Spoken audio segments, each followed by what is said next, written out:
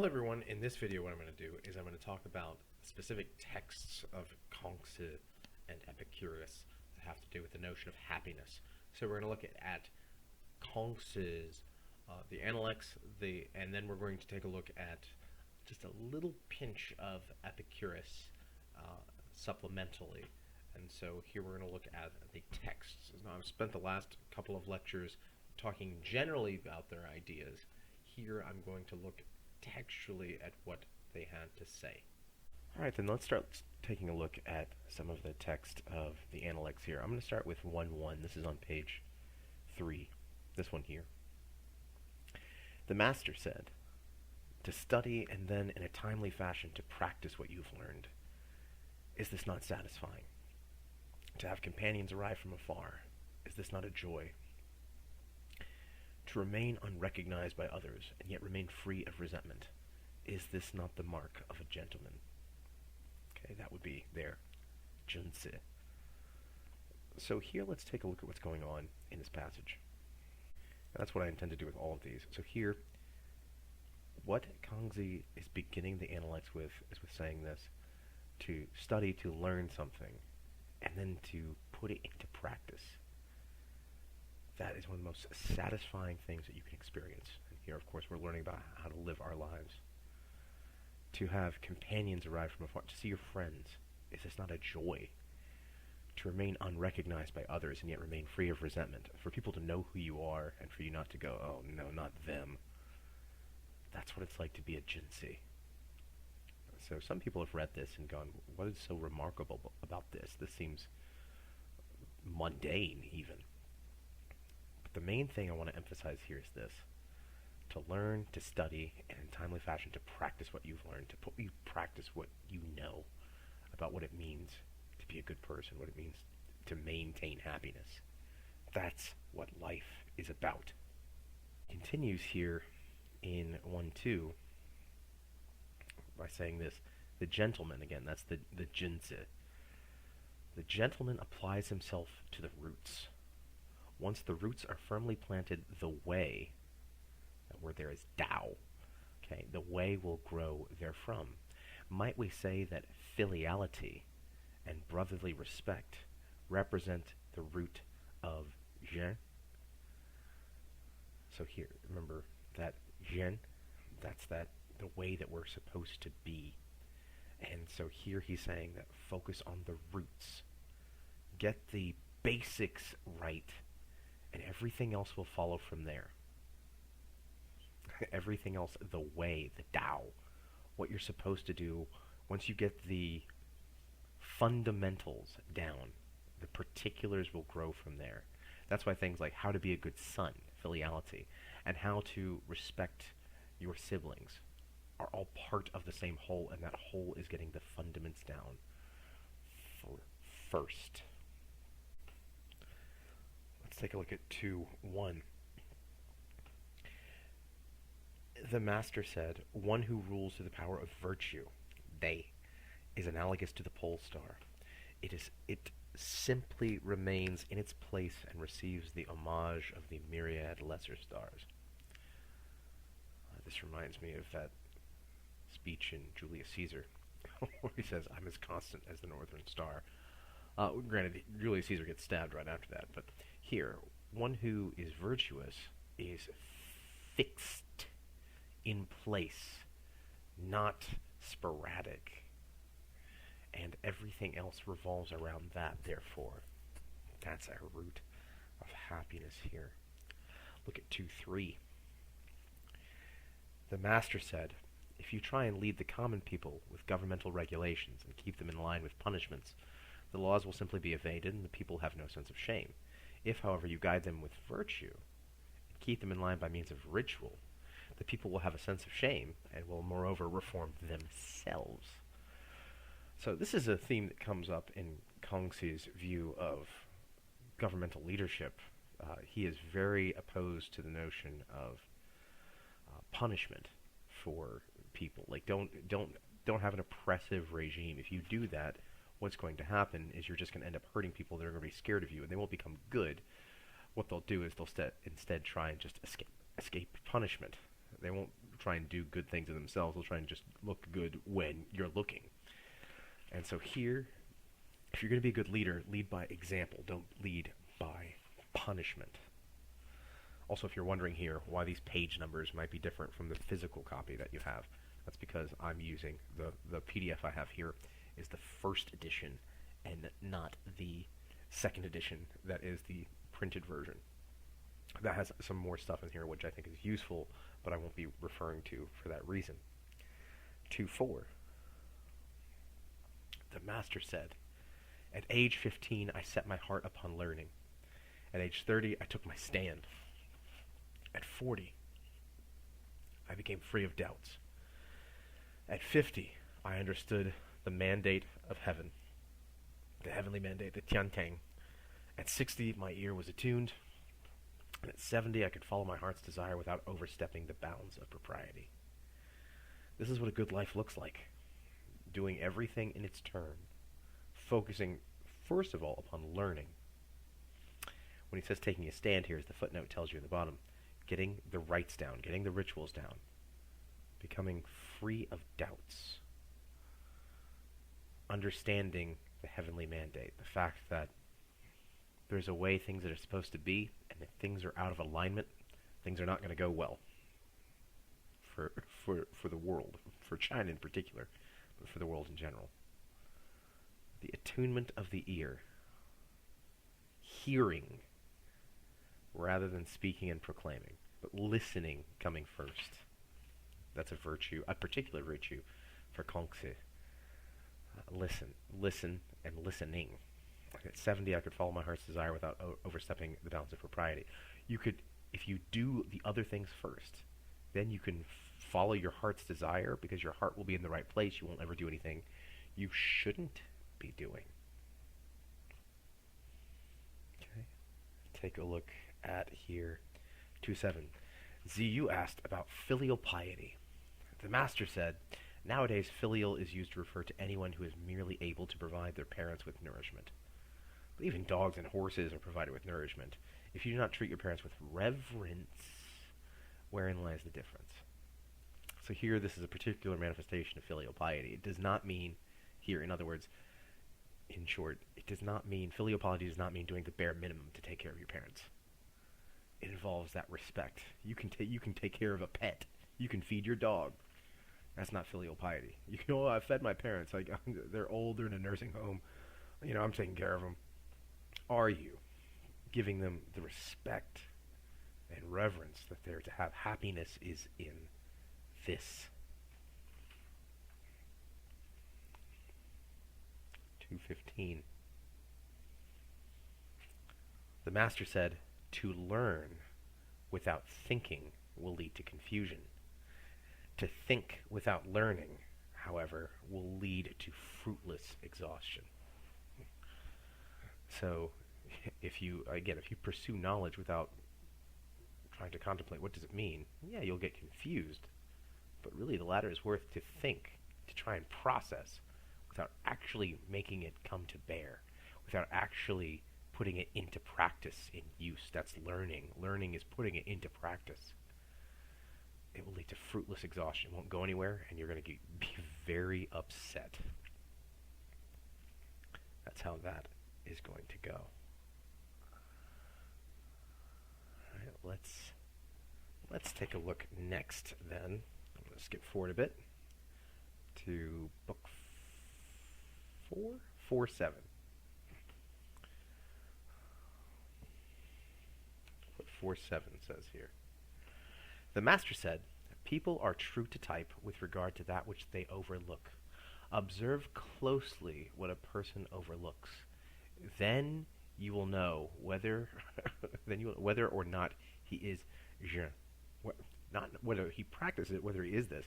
That stuff doesn't matter. The stuff, if people are going around saying the things that are important, the little things, that doesn't really matter. That's not significant. You can learn a lot about a person by what they don't think, by what they don't think is important, by what they ignore, by what they think doesn't matter. Pay attention to that. This notion of jeune is exceedingly important to figure out what matters." 4:10. The master said, acting in the world, the gentleman has no predispositions for or against anything. He merely seeks to be on the side of what is right. So in conjunction with the principles that we've discussed, if you want to be happy, if you want to pursue the life of the Jinzi, you need to seek what is right. You don't want to go ahead and you don't want to ever sign up for anything. I believe this or I believe that, and I'm going to fight for that to the death. Only pursue rightness. I didn't say righteousness here at this point, but just right. What is the right thing to do? Be committed to that. If you sign up for anything else, you're going to be disappointed.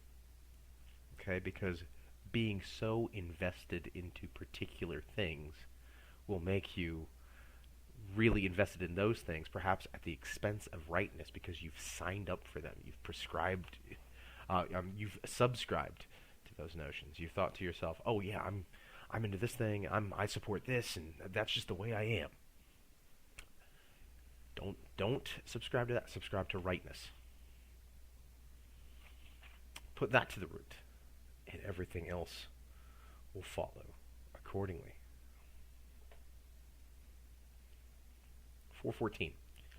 The master said, "Do not be concerned that you lack an official position." Okay, well, I'm not. I'm not. I don't have anything technical, any titles, but rather concern yourself with the means by which you take your stand. Not what. And you can think of this today. Like, don't think of what your job description is. Don't think of what your, what year am I? A sophomore. I'm a junior. I'm only this. Okay, I'm all whatever job you have. I'm only I only flip burgers or something like. Don't worry about that. Don't find your identity in that. Concern yourself with the means by which you might take your stand. Do not be concerned that no one has heard of you. Rather, strive to become a person worthy of being known wherever you find yourself and whatever situation you find yourself in. Concern yourself with your rightness, not with your title. 4:16. The master said, "The gentleman, the Jinzi, understands what is right. He grasps it. He knows it. Whereas the petty man understands profit." Okay, that's the Xiaozhen, the little person understands profit. So what is the Xiaozhen? Again, that means like literally like tiny man. Xiaozhen, okay, understands how does this benefit me? How is this helpful to me? If you look at a situation, you go, how does this help me? That is the mentality of the Xiaozhen. If you look at this and go, what's the right thing to do here in spite of myself? That's the mindset of the Jinzi. 4:17. The master said, when you see someone who is Shen, that is worthy, concentrate upon becoming their equal. When you see someone who is unworthy, use this as an opportunity to look within yourself. Now, notice what it does here. It says when you see somebody, you're like, ooh, I like that person. Focus on how to be like them. When you see someone who is unworthy, not Shen, it doesn't say judge them. It says figure out how can I make myself better. Let me look inside myself. Is there something that this person's doing that I'm doing too? It doesn't say condemn this person. Okay, so it's not this kind of the worthy person look up towards them and the unworthy person look down on them. It's the worthy person look up to them and the unworthy person use that as an opportunity to look within yourself. Check yourself. You could say before you wreck yourself. That the focus should be on you, focusing on you. Because if you start judging someone else and start really getting into a tirade of look how stupid this other person is, that no benefit is going to come from that. 4:24. The master said, the gentleman wishes to be slow of speech and cautious with regard to his actions. Slow of speech. Now this is something that comes up in a lot of wisdom literature in China, in India, and the Abrahamic traditions as well. You see something similar in the even in the New Testament. I think it's the Epistle of James. Be slow to speak and quick to listen.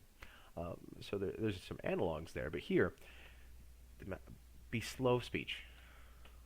Be careful with your words. Don't just let them tumble out of your mouth. That is a sign of immaturity. Reserve them. Say what you mean to say, and wait to speak. Sometimes when other people are talking, we do this thing where they're like, okay, as soon as they pause, I'm going to go ahead and say what I want to say, and I'm not really listening to them. Stop it. That's not what the Junzi does. Wait to speak and use your words carefully. And be careful in your actions. Consider, is this thing that I'm going to do, is it the right thing to do? Let's move forward some more. 6:23. Take a look at this. The master said, one who is wise takes joy in the rivers, while one who is jeune takes joy in the mountains. The wise are active while the jeune are still. The wise are joyful while the jeune are long-lived. Now here, on this point, where it says the wise do this thing and the jeune do this other thing, I'll say this. The second edition of this, so if you have the print version, it translates jeune as good here, the good people. So it makes this distinction between the wise and the good as people. What do wise people do? Wise people are able to get into the rivers. Now, what's different between a river and a mountain? Okay, a river is full of activity. The river flows; it's constantly in motion. We don't think of mountains being in motion in the same way. Do mountains change over time? Surely, but you can look at. Our class meets in the science building. You can look at those, all those geology diagrams down the hallway that this class meets in. Mountains, they move and they evolve and they change over time. For example, I'm pretty sure the Appalachians used to be taller than the Rockies, almost as tall as the Himalayas. Millions and millions of years ago. But when we look at a mountain now, it's quite still. But when we look at a river, it moves. Even if you look at a glacier, yeah, sure, it's slow, but it's still in motion far much more than a river. So what's the significance of this? A wise person is able to take their knowledge and put it into motion, to make it move. A good person is able to take what they know and lead it to their lives in a slow burn way. So it's not that wisdom and goodness are at odds with one another, but they're different modes of something similar. 6:29. The master said, acquiring virtue is through the use of jeune, the mean. Is this not best? And yet for some time now, such virtue has been quite hard to find among the people. So this notion of jeune, this right here, the mean, this is where Kongzi has this in common with Aristotle. Like if you were talking about just every day, what's the right thing to do, not too little, not too much. Don't overdo it, don't underdo it. I call this the Goldilocks Principle. Okay, so if you find yourself in any particular situation, what's the level I should set myself to in the situation? Not too much, not too little. Okay. For example, Aristotle would say here, this is not Kongzi, but when it comes to say applying courage is a virtue. Aristotle would say courage, whether it be courage on the battlefield or even courage in speaking in front of people. It's not too much courage, or the attribute there, whatever is involved, too much of that would be brandishness. All right, so courage is a virtue of knowing just how much you need to bring to the table. If you bring too much, you're brash. Okay, if you're in the battlefield, that's the person that's not courageous and going, I'm going to fight and I'm going to do what I need to do. The brash person is like, bring it on, and then they end up dying. Okay, or a brash person, if you're say you get nervous speaking in front of people, and then you just get in front of people and you start saying just a bunch of ridiculous stuff and you just end up saying too much. That's no. But then cowardice, on the other hand, would be the antithesis of brashness. You can't do anything. You get to the battlefield, you run away. You speak in front of people, you can't say a word. Courage is somewhere in the middle. It's not saying too much, it's not saying too little. It's not fighting too much, it's not fighting too little, it's just right. And that's what we mean by the notion of the mean here, bringing just the right amount of whatever it is to any given situation. And that is the notion of Zhang. Let's move on now to 7, where Kongzi tells us exactly what he's doing. The master said, I transmit rather than innovate. I trust in and have love for antiquity. I might thus humbly compare myself to old Pang. Okay, so old Pang was another old scholar even before. But notice he says here, I'm not trying to come up with new ideas. That's not his project. I'm not trying. What are new innovative ways? That's the way we talk today. What are new innovative ways that we can implement this into whatever situation we're talking about? No, I'm trying to get the ancients, and this is because of his notion of the mandate of heaven. The ancients had things right. Now, eventually they screwed it up, but we can go back to that original. Before they screwed it up, what did that look like?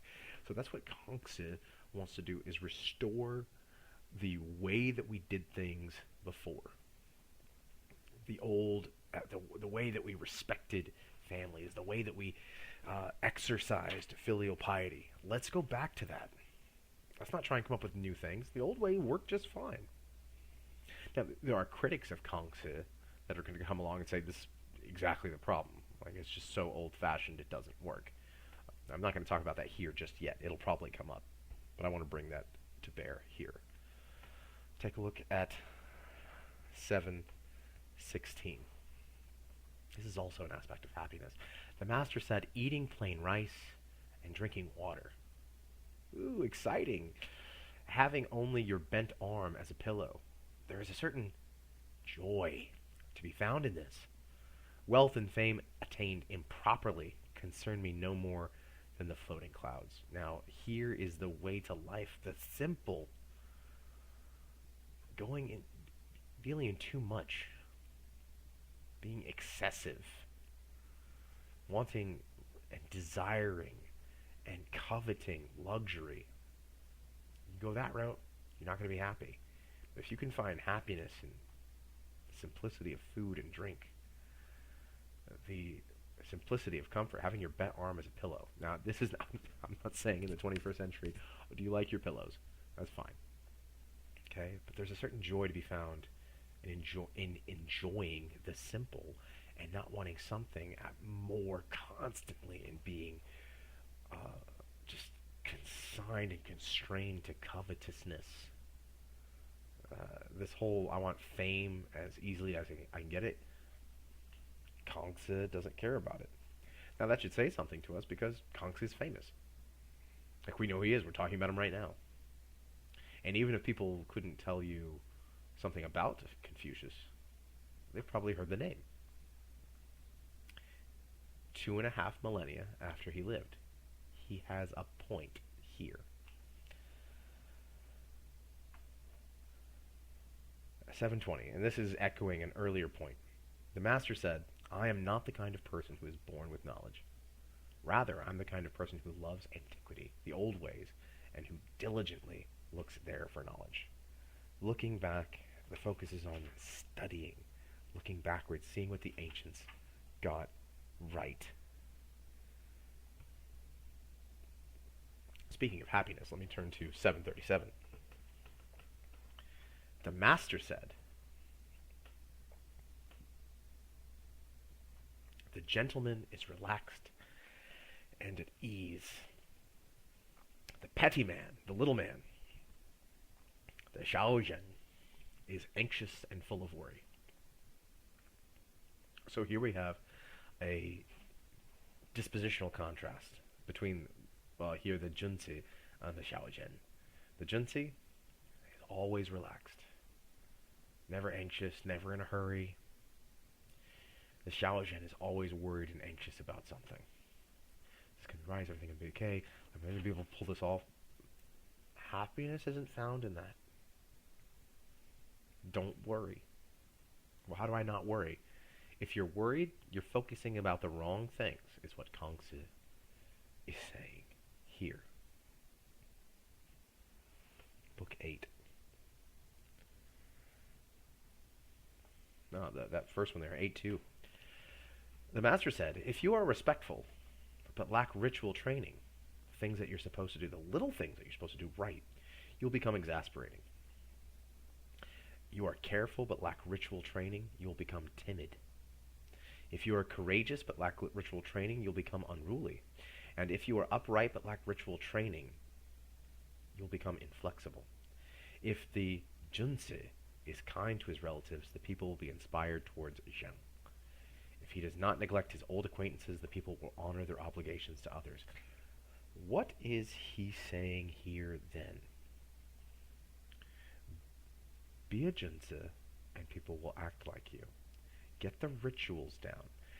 Now, again, by rituals, we don't mean, I know there's this, I mentioned this last time, there's a sense often when we're thinking of very specific ceremonies. Okay, and because of a result of Confucianism, ceremonies become very important. But just the little things in life, don't neglect them. The little tiny things that we do. Okay, that can be something as mundane as saying, make sure you say please and thank you. If you start cutting those things out, you start cutting corners, I don't need to do that, whatever, you're going to become exasperating, timid, unruly, and inflexible, even if there's something right with you. Like you know the right things, but you don't stress the little things that you're supposed to do correctly. That's going to be the result. 9:10. Look how Kongzi approaches people. Whenever the master saw someone who was dressed in mourning, garbed in a ritual cap and gown, or blind, he would immediately and without fail rise in deference, even if the person was his junior. When passing such a person, he would inevitably hasten his step. Okay, in terms of a sign of respect. What does this mean? Respect, especially when people are in a situation of a sudden situation that they can't help. Okay, the person in mourning. Okay, or blind, something they couldn't help. Show respect to that person. If they're in a situation where they're worse off than you and they can't help it. You can't help it if your family member died. You can't help it if you're blind, and you just are. Show respect to those who are less fortunate than you. And that's what Kongzi did, and we are to do the same. There's an interesting comment here in 9:18. Think about this. The master said, I have yet to meet a man who is fond of virtue as he is of sex. This almost sounds like Plato. So what's the deal here? Which of these is more important for Kongzi? Virtue, sure. But there's a certain kind of desire and covetousness and passion that feels overbearing that comes with sexual desire.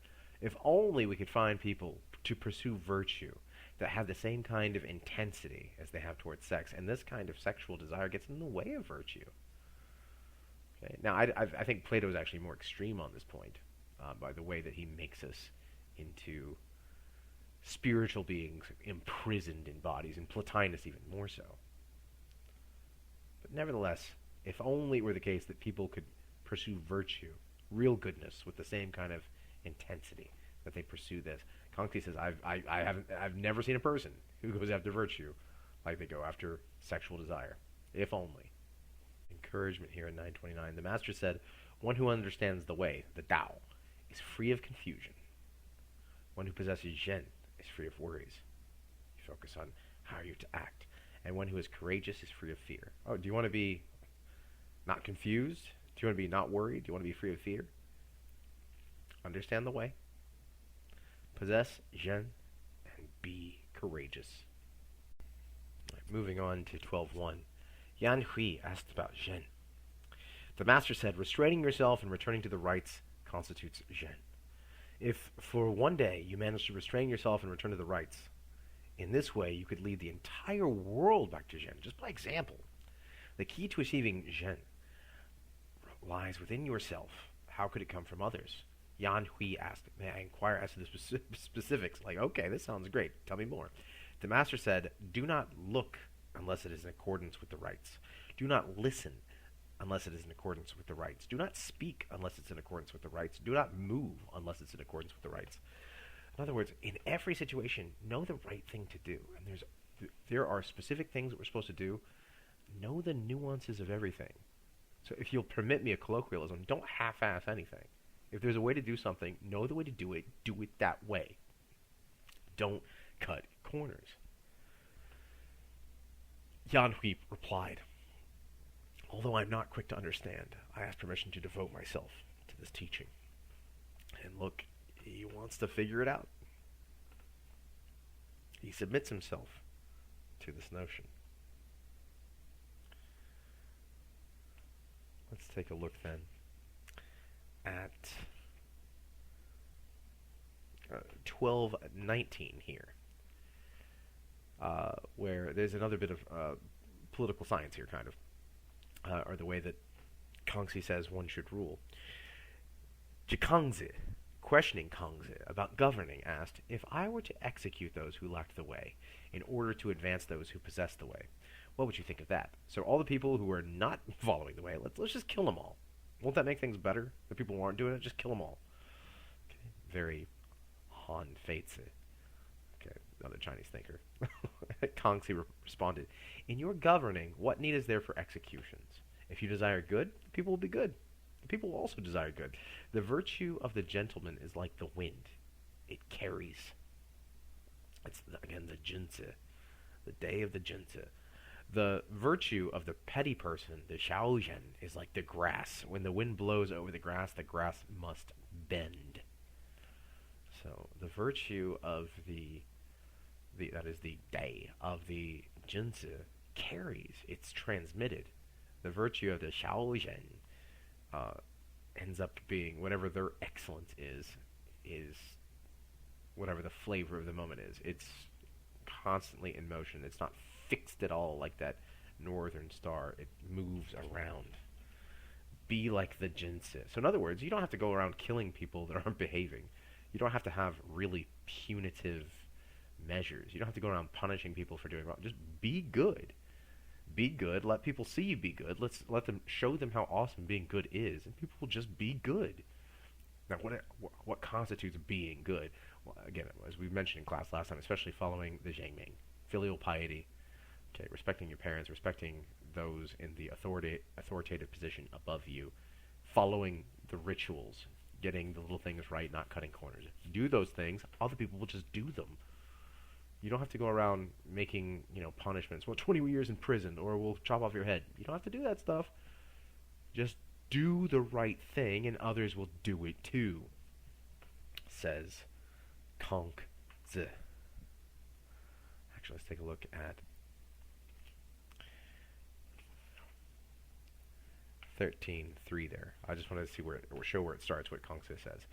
Zilu asked, "If the Lord of Wei were to employ you to serve in the government of his state, what would be your first priority?" So, all right, so if this one Chinese ruler were to hire you, Kongzi, what would you do? The master answered, "It would be, of course, to assure the Ming were being applied Zheng correctly." Look here, we talked about this last time. There it is. Zheng Ming. Zheng Ming. That is the rectification of names. That is everybody following their roles correctly. Everybody following their various positions. Now, the second edition, if you have the print copy, actually calls this the rectification of names. Here. Getting those Ming, those names, into the Zheng. That's the Zheng Ming, that notion that we talked about last time. The father-son relationship, the elder-youth relationship, the older sibling-younger sibling relationship, the husband-wife relationship, the ruler-subject relationship. Getting those right. That would be the first thing you do. Make sure everybody's following that. So if he were put into power, that would be the first thing that he would want to enforce. And again, we already know he wouldn't want to enforce this punitively from what he said above here. Okay? Not that he'd want to punish people, but that's what he'd want to enforce. That would be his first role at getting, or his first rule at getting at happiness, is to enforce this. And Zilu's response is, really? Why worry about that? And notice his response here. How boorish you are, Zilu. When it comes to matters that he does not understand, the gentleman, the jinzi, should refrain from flaunting his ignorance.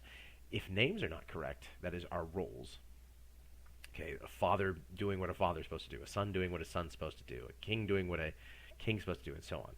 Speech will not be in accordance with actuality. When speech is not in accordance with actuality, things will not be successfully accomplished. When things are not successfully accomplished, ritual practice and music will fail to flourish. Music there, we can think of that as harmony in society. Both literal music here, I think, is involved, but also if you've heard music that's, off-key, society will be off-key as well. When ritual and music fail to flourish, punishments and penalties will miss the mark. There'll be a lot of punishments and penalties, but they'll be all over the place, and it seems like they're just completely arbitrary. And when punishments and penalties miss the mark, the punishments and penalties don't do what they say to accomplish. Oh yeah, you've been fined $300. You're going to go to jail for 10 years. For what? I don't know. You were bad, I guess. The people will be at a loss as what to do with themselves. So they'll be discouraged when their punishments are bad. They're just there and like, oh, we're punished and our rulers are oppressive. People don't become good. They become depressed. This is why the gentleman, the jinzi, only applies names that can be properly spoken. Again, the ones on the list. Father, son, elder, youth, older brother, younger brother, husband, wife, ruler, subject. Those names. Okay, when we have other roles on the list, other names that don't exist, okay, these other kinds of relationships, okay, between, say, I don't know, the secondary undersecretary 3 times removed, and us, their constituent components, I don't need a bunch of other things on the list. I really need to focus on the simple. Am I a son? I'm going to give filial piety to my father. Am I a subject? I'm going to listen and hearken unto my ruler. Am I a husband? I'm going to love and adhere to my wife, and so on. Okay. Now again, Kongzi would put it in that masculine, feminine, heteronormative language, but nevertheless, I think we can apply it in a 21st century context too. I'm going to love my spouse, regardless of gender. I'm not just simply going to they're not something I can use. I need to know what my role is, know what my name is, and do it. Do my job accordingly. That's what Kongzi says here. 13:6. When the master said, when the ruler's person is Zhang, rectified. It's that saying Zhang. That's the same Zhang as in the Zhang Ming.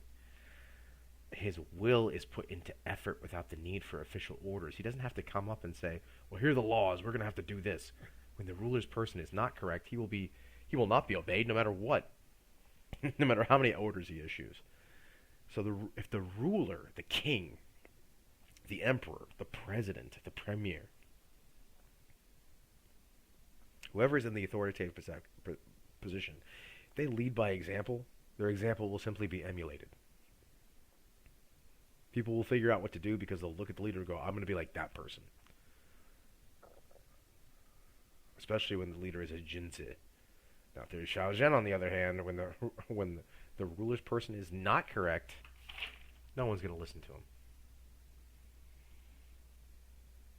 Okay, we talk about this often when we talk about notions of respect.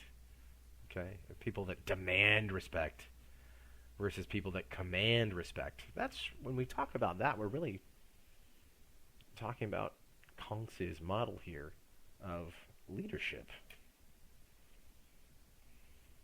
Let's go forward a little bit.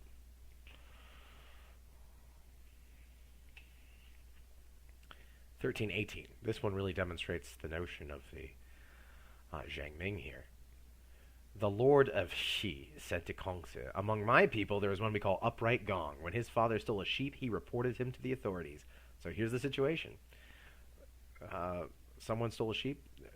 A kid reported their dad to the government, saying, yeah, my dad did the wrong thing. My dad stole a sheep.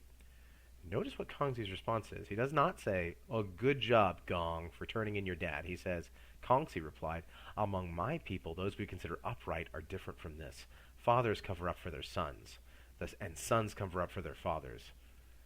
This is what it means to be upright. So again, that father-son bond is central. That is the most really essential relationship. And so the notion of a son turning in their father is outrageous because that father-son relationship is the most critical relationship. And again, by extension, we could say the relationship between parents and their children. Kongzi saying here, hey, listen, you should not be proud of a person that turned in their own parents because that person has their relational priorities wrong. This is a violation of the Zhang Ming. This is not virtuous here. This is not good. Now, perhaps the stealing of the sheep is not good, but what's worse is a child willing to turn in their own father. 1511. Yan Hui asked about running a state. The master said, "Put into effect the calendar of the Xie. Travel in the carriages of the Shang, and clothe yourself in the ceremonial caps of the Xie. With regard to music, listen only to the Shao and Wu. Rid yourself of the tunes of the Zheng, and keep glib people at a distance, for the tunes of Shang are licentious, and glib people are dangerous." What he's saying here is, really, older is better. Do things the old way. This is kind of almost like, it kind of reminds me of, like, talking about the songs of the Zhang. New stuff is bad. Here he kind of sounds, honestly, Kongzi sounds like a cranky old person, but basically doing things the old way. Okay, the Xia, the Shang. All right, these are the ancient dynasties of China. Okay, do things their way. Okay, they have a harmony and form. This new stuff is over the top and ridiculous. Don't go that route. That's what he's saying there. 1516. Consider this. The master said, "There is simply nothing I can do with a person who is not himself constantly asking, 'What should I do? What should I do?'" So this is a notion of rightness here. A passion for figuring out what's the thing I need to do. Now notice, again, the language. The master said, "There is simply nothing I can do with a person who is not himself constantly asking, 'What should I do? What should I do?'" This is the sign of a mindful person, the person who is constantly trying to figure out, what's the thing I should be doing right now? Not in a worrisome way, like, oh, is there something I forgot? He's not talking about that kind of anxiety. He's saying the righteous person, the junzi, is constantly trying to figure out, all right, what should I do now? I need to attune myself to some action. What is it that I ought to seek? Then we have this section here, this beautiful section in section 16, book 16, where Kongzi tells us about a bunch of different kinds of things. He tells us about different kinds of friendships, different kinds of joys, different kinds of temptations, and different kinds of awes. I want to focus on a couple of these here, but this book 16 is beautiful, but I'm going to only focus on a couple here for our purposes. 16.5, Kongzi said, "Beneficial types of joy are three, as are harmful types of joy." Ooh, so there's good joy and bad joy, good happiness and fake happiness. Taking joy in regulating yourself through the rites of music. Well, that doesn't sound like joy, is it? Regulating yourself is a kind of happiness. In speaking well of others, and in possessing many worthy friends. These are the beneficial types of joy. You want happiness? Here they are. Regulate yourself. Have some self-control. Speak well of others. And possess worthy friends. Surround yourself with good people. You'll find happiness in those three things. Fake happiness, a happiness where it might feel good, but it's really not for you. It rots. Taking joy in arrogant gratification, dissolute pleasure-seeking, or decadent licentiousness. These are the harmful types of joys. They feel good at the time. Epicurus warns us about these too. They're not good. The awes.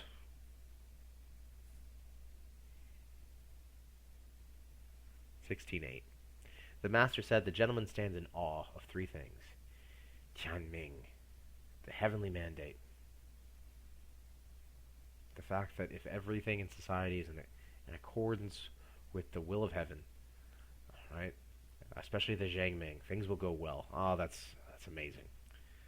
Great men, great people. That's something you should admire. Great people who are wise and learned, Jinsi, and the teachings of the sages. The petty person, the Xiaozhen, does not understand the mandate of heaven, and thus does not regard it with awe. He shows disrespect to great men, and ridicules the teachings of the sages. Oh, the ancients are stupid. They're not great men. The mandate of heaven is stupid. Such a person, they have no awe, and thus they have no happiness. And that's why they're a petty person, a tiny man. And for our purposes, the last thing that I want to look at is what he says, Kongzi, in 17.2. The master said, by Xing, nature, people are similar. They diverge as a result of Xi, practice. This is an interesting statement of human nature, too, in terms of our happiness. Really, people by nature are all the same. Why are they different? By what the habits that they have, the practice that they perform. Why are some people better than others? It's not because of any inherent ability. By nature, we're all the same, says Kongzi. Why are we different? Why are some people more virtuous than others? Why are there Jinsi and Xiaozhen? By what we do. Anybody can be a Jinsi by what they do. And anybody can be a Xiaozhen by what they do. Therefore, what we practice makes us who we are.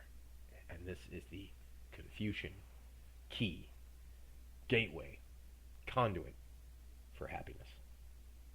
Now that I've taken a look at Kongzi, let's take a look at a little bit of Epicurus, which I already talked about in class, but I'm going to do a little bit of review and just a little bit more of his writings here. Alright, for Epicurus here, to review, start with page 32. This is in Hellenistic philosophy. What he says, the first component. What is blessed and indestructible has no troubles itself, nor does it give itself trouble to anyone else, so it is not affected by feelings of anger or gratitude, for all such things are signs of weakness.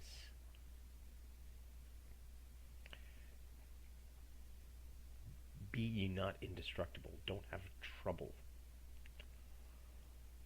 Because otherwise, if it's affected by anger and gratitude, like this overwhelming sense of, I have to pay it back, this overwhelming sense of, anger, that's a sign of frustration and a problem. 5. It is impossible to live pleasantly without living prudently, honorably, and justly, and impossible to live prudently, honorably, and justly without living pleasantly.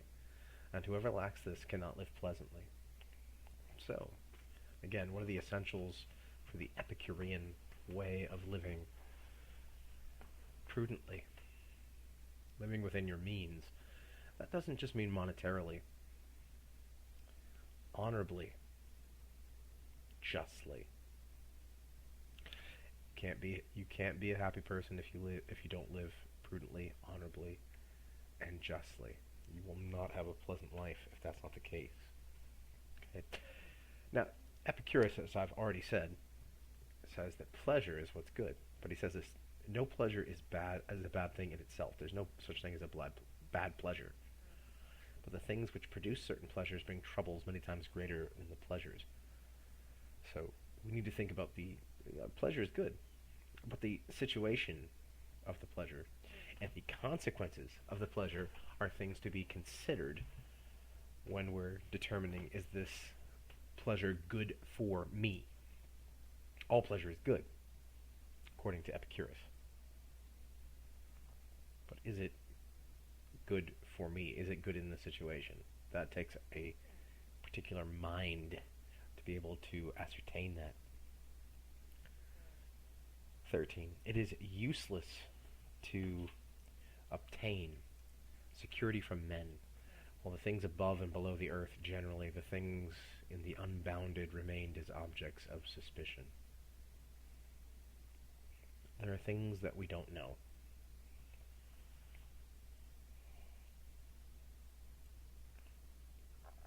But there's something about saying that, there's something that can't be pursued in the asking of questions.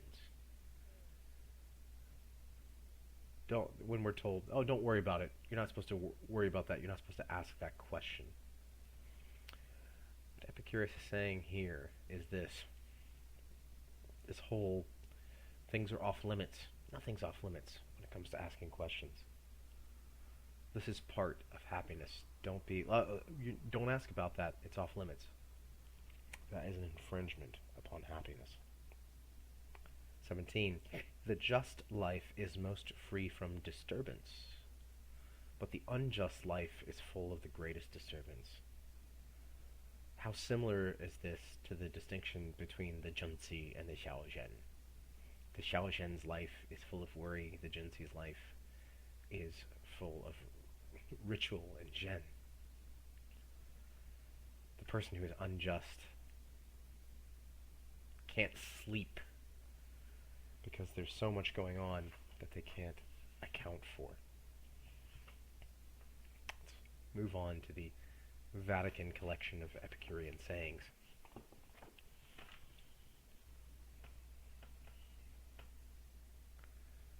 Consider this one. Necessity is a bad thing, but there's no necessity to live with necessity. Saying that, well, this is just the way things are.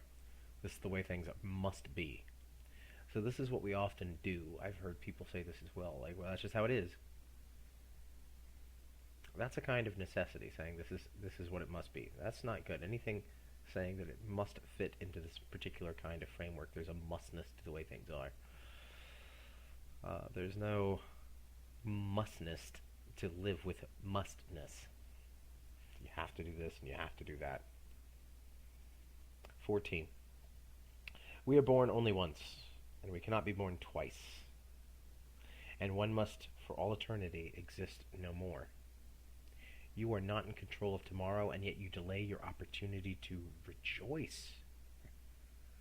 Life is ruined by delay, and each day and every one of us dies without enjoying leisure. All you have is now. You're not in control of tomorrow. You're not in control of many things. But what you can do, what you can pursue now, is pursue pleasure and leisure now. Are you having fun? Are you having happiness? No, let me put that off. I mean, consider in American society. There's a sense in which we say, no, I need to work now. I need to work until I'm 65, and when I'm 65, I can retire, and then I can do the things I want to do. You don't know what tomorrow's going to be like. Are you going to retire tomorrow? You don't know. You could be dead tomorrow. Life is ruined by delay, and each day and every one of us dies without enjoying leisure. Leisure, doing what we want to do, not the things that we have to do. That is where happiness can be found. We should live like we're retired. Not having to go to work every day. Now, Epicurus is not saying here you shouldn't work. There's some things that we don't have obligations to others. That's not what Epicurus is saying. But he is saying that we live so much for, there's these tasks that I have to accomplish today that make us uncomfortable and dissatisfied and unhappy. And we're so focused on those things that we neglect ourselves. Consider this. No one who sees what is bad chooses it, but by being lured by it as being good compared to what is even worse than it, he is caught in the snare. People do bad things because they're ensnared by bad things, because they think it's good at the time. So people that make mistakes, and this is important for talking about pleasure too, people that make mistakes, they do things they shouldn't do, they're ensnared by it because in the moment they think it's good. So every evil action, Epicurus says, is thought to be good, at least in the moment. Socrates would actually agree on this point. All right, Epicurus' predecessor, of course, Epicurus thinks he's being entirely Socratic here. 17. It is not the young man who is to be congratulated for his blessedness, but the old man who has lived well, the person who's had a full life. For the young man, at the full peak of his powers, wanders senselessly owing to chance. A lot of it's luck in terms of the pleasures that you have when you're young. Okay? Your childhood pleasures, it's what your parents were able to do for you. But the old man has let down anchor in old age as though in a harbor, since he has secured the goods about which he was previously not confident by means of his secure sense of gratitude. The old person who has it well off, and I don't mean simply they've got a bunch of money, but the old person who does what they want to do has, in a sense, magnified their own life. Whereas the young person who's experiencing pleasure, yeah, they've got it good for now. Will it last? So we can say the old person who's lived a good life, they're the person that's lived a good life. The young person who's had some good things happen to them, do they have a good life? Well, at least insofar as they've had it up to here, sure. But really, the old person, the person who's lived a full life, that's the kind of person that's to be commended for a good life. You don't look at someone who's young and, all right, they're 20 years old, they've had a bunch of good things happen to them, it's pleasant, they've had a good life. No. This makes me think of when someone who's like 20 has an autobiography out. Okay, here's all the things that happened to me. You're a fifth of a century deep, and here you are with your autobiography, all the things that have happened to you. This is not to say that a bunch of things couldn't have happened to someone so young. Okay, I can think of many counterexamples to this, but on the whole, to say this young person has lived a full life, no, living old, living well, says Epicurus. That's a full life. And then finally, Epicurus makes this surprising remark in 18, page 37. If you take away the chance to see and talk and spend time with the beloved, then the passion of sexual love is dissolved. So here what Epicurus is saying, when it comes to sexual pleasure, so much of what he's implying here is that sexual pleasure is the intimacy with the other person. And not just the physical intimacy, not just the acts of sexual congress. If you want to ruin sexual intimacy, Epicurus is saying, don't talk to the other person, don't spend time with them. Then that sexual relationship is gone. It's just a physicality. It might be pleasurable in the moment, but expect to be disappointed. If you truly want to have a kind of sexual intimacy with another person, says Epicurus, see them, talk with them, spend time with them, get to know them, and that intimacy will be even more augmented, says Epicurus. Now, Epicurus has many more sayings that you can see here, but I want to focus on these. And like I've said before, Epicurus is often derided in the future from here. This is a celebration of pleasure alone.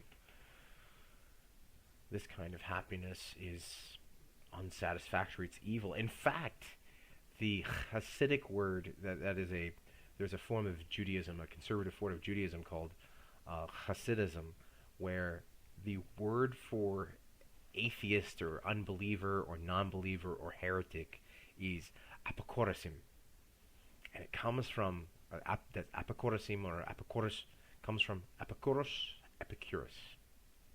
because that's how bad it is. It was thought in Hasidic Judaism that if you are an Epicurean, that's as bad as you can be. That's entirely antithetical to Jewish teaching. But nevertheless, here it is. And there are more sayings in here that you can look at, but I want to focus on these. Here with Epicurus, I don't have too much to say because I think he's very straightforward. You want happiness? Pleasure. But not just pleasure, the good kinds. Really think about what pleasure is. It's not just this little moment. It's the things that build up into those moments and the things that can be cultivated.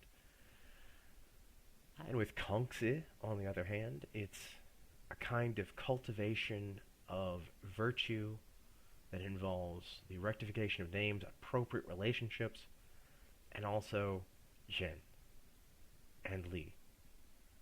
How we treat others and how we're supposed to be, but also even these little minute details bring us to happiness.